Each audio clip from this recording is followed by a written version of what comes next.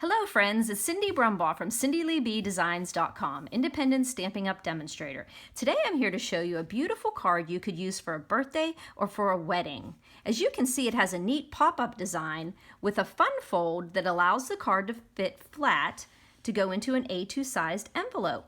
You'll notice this fold on the bottom is the same fold I used on my Country Living and Paisleys and Posies video last week. I just used the bottom fold but omitted the back fold so that the cake just prominently displayed itself in all its glory. So to make this card, you're going to use Old Olive cardstock, Whisper White cardstock, the Sweet Soiree Specialty Designer Series paper. You're going to be using Berry Burst ink and Old Olive ink, and you're going to use the ruffled embossing folder. Now on this card you're going to be using Berry Burst, but on the card we're making we're going to change it up a bit. You also want to have on hand your 1-inch circle punch and the new 1 1/8 scallop circle punch that's in the new Occasions catalog. So let's get started. The stamp set I used was the Cake Soiree stamp set. It comes bundled with the sweet cake framelits that cut out all the beautiful images of the cake and the leaves and the flowers, has beautiful sentiments in it, has best wishes for wedding, it has a happy birthday. You could mask off happy birthday and put may your day be as wonderful as you and best wishes for a wedding. So that's the bundle that you can get in the new Occasions catalog, and when you get these bundled together, they save 10%. Awesome. So to get started, I wanted to show you this beautiful paper, this beautiful Sweet Soiree paper, Specialty Designer. It has beautiful silver going all through the paper, outlining the flowers. Half of the paper has the silver, and then the other half just has flat designs, but beautiful, more subtle designs that pair well with these beautiful designs here.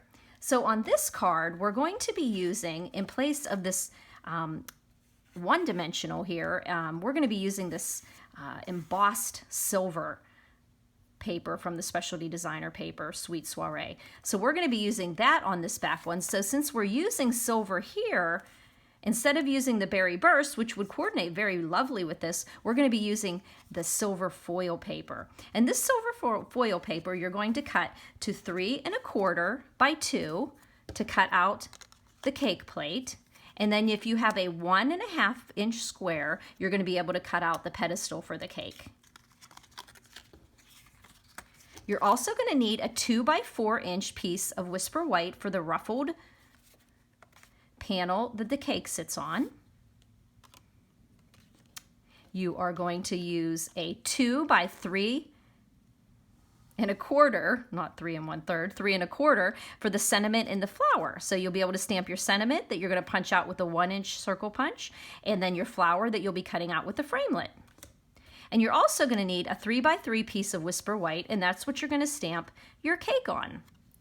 Now the fun part of this is creating the fold that goes for the card base. Now as I showed you in the other video, it's a 4 1/4 by 10 1/4 inch piece of cardstock. 4 1/4 by 10 1/4. Scored at 5 1/2, 6 1/2, 8 3/4, and 9 3/4. 4 1/4 by 10 1/4, scored at 5 1/2, 6 1/2, 8 3/4, and 9 3/4. So what we're going to do is just fold on these score lines so we can create our little box. Now you'll notice that I put tear and tape on here. Tear and tape is a really strong adhesive that you would want to use on a card that's going to get a lot of wear and tear. Okay, so you could use your fast fuse on here, or you could use the tear and tape. Now this tear and tape is going to end up being fastened to the back of the card. But I'm going to show you a tip here. On the last card, we put the designer paper on after we made the fold, but this time we're going to put it on before. It's a little bit easier to do that way. As you can see, the back of the Sweet Soiree paper has a beautiful blue squiggly line. I always hate using one side and not the other. So what we're going to do is we're going to put this 3 by 4 piece of designer paper, keeping a nice 1/8 inch border around the top and the 2 sides. And we're going to adhere that to create this back panel here. As you can see, it just has a little more pizzazz because of the silver. Then we're going to adhere this to create our box to create the fun fold. Now, you're going to have to be very careful in this part, as I showed you last time. You're going to take off your tear and tape, and you're going to fold down the flap and the first 1 inch. You're going to fold that down, keeping your fingers on that adhesive so it does not adhere to your cardstock. So whenever you go to start to fold this down, you'll see a 1 inch piece, and then you're going to see a 2 1/4 inch piece, 2 1/2 inch piece. So you've got a 1 inch panel and then a larger panel, and then folding in, you're going to be folding down the 1 inch and this 1/2 inch, keeping your fingers on that adhesive.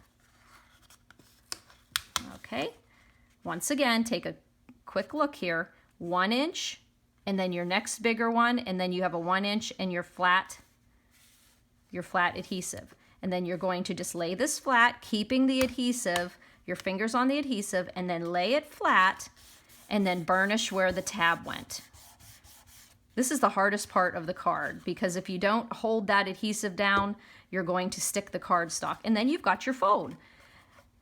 Now the next part we're going to do is we're going to take our ruffled, I thought this was really fancy for the cake, kind of like on the new wedding cakes that have the ruffled icing on them. So we're going to be adhering that to there.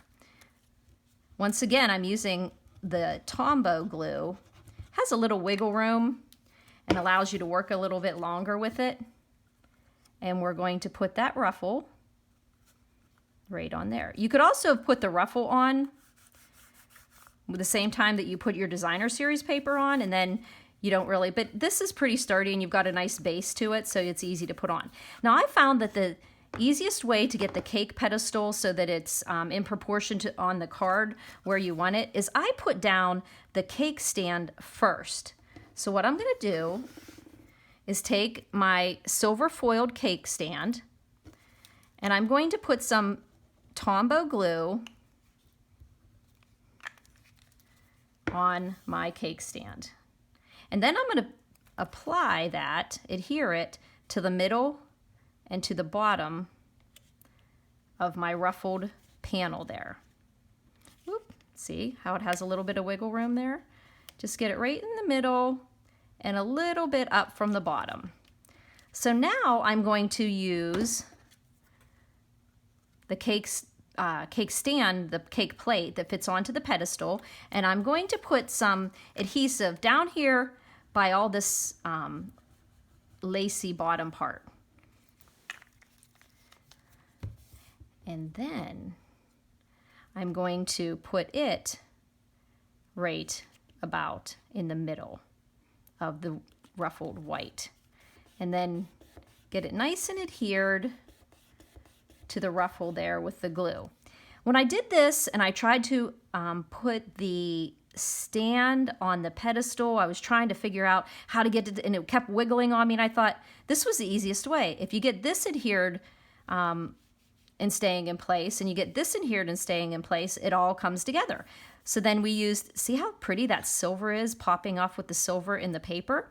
And then the next thing I did was I cut out my stamped flower, my stamped cake, and then I put some adhesive on the cake plate, not on the back of my cake, because I probably would have put it too far up and then got glue on this upper part, and then it would have stuck to the card. So I found it best to put your glue down on the cake plate. So then I adhered my cake.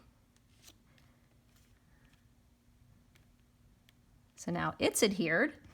And then I had to work on this pretty little embellishment here. So what I did was I stamped my pretty flower in the Berry Burst ink, and then I put some adhesive, and this time, since I had tear and tape on my desk, I just put it on there.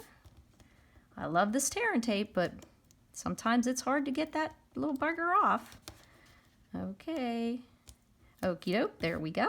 And here it is going. Okay, so then I took this framelit here that comes in the sweet cake framelits, and I cut out 3 green old olive leaves.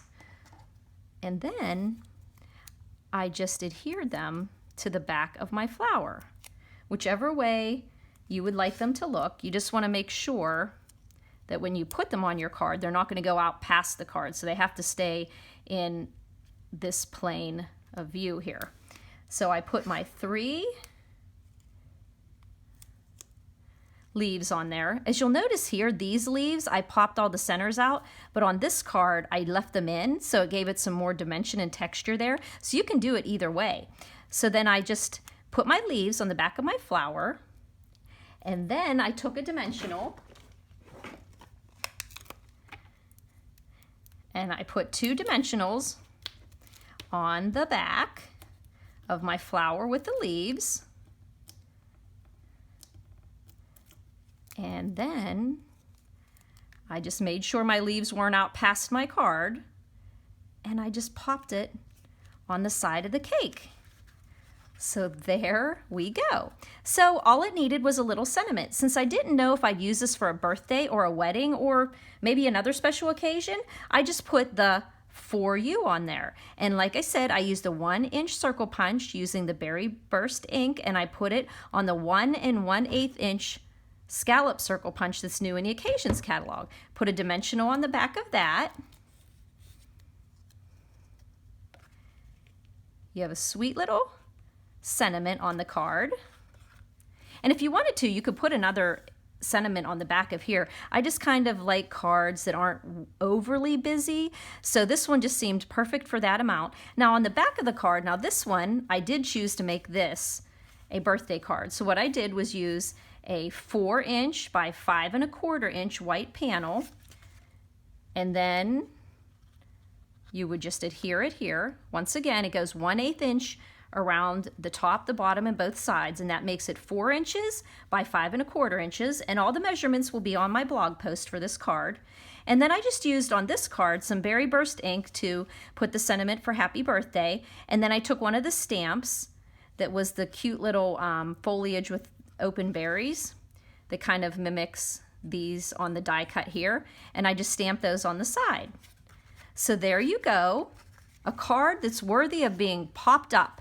And as I said, you can see this all the measurements for this card and all the supplies used on my blog, cindyleebedesigns.com. If you have any questions, you could email me at cindyleeb@gmail.com or give me a text or a call at 724-323-2296.